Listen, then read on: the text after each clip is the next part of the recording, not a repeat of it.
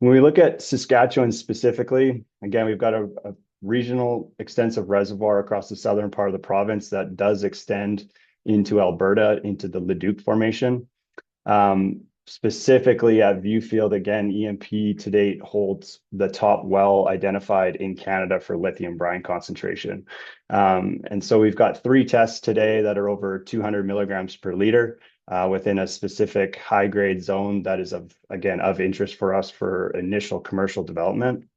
We've also then gone ahead and drilled the first horizontal well into the Dupereau Weimark D formation, which is a dual leg horizontal, 1 mile dual leg horizontal. And we flow tested that last year with an average concentration of 241 milligrams per liter. So again, leading to some advantages just on overall grades that we're able to find here in Saskatchewan in comparative to some of our other Canadian project developers. The brine characteristics, which I touched on, really we feel is a major advantage for EMP when we look at the overall CapEx and operating costs of these DLE or direct lithium extraction processes and membrane-based processes, which are doing the most of your concentration and impurity rejection. And so the brine characteristics that I'm referring to specifically, the big one here is no H2S is present in our reservoir. And that goes for all of the drilling and testing that EMP has executed, as well as our neighbors to the south through all of their drilling and testing as well.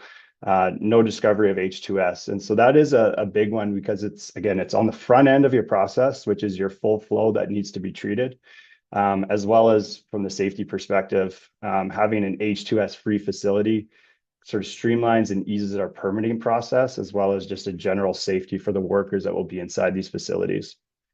Other contaminants are low as well when we look at problematic contaminants for, again, adsorbate-based resins and membrane systems that are used in a DLE flow sheet. Iron, silica, organics, again, all very low, meaning that pre-treatment before we get in to our direct lithium extraction for the lithium extraction remains very low and very capital efficient.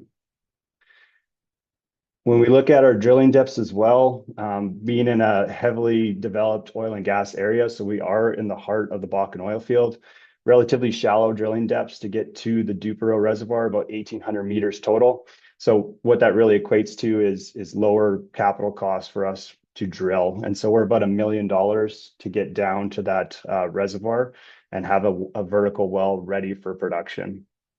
Again, that is not including equipping costs or pumping costs, but just the drilling costs itself.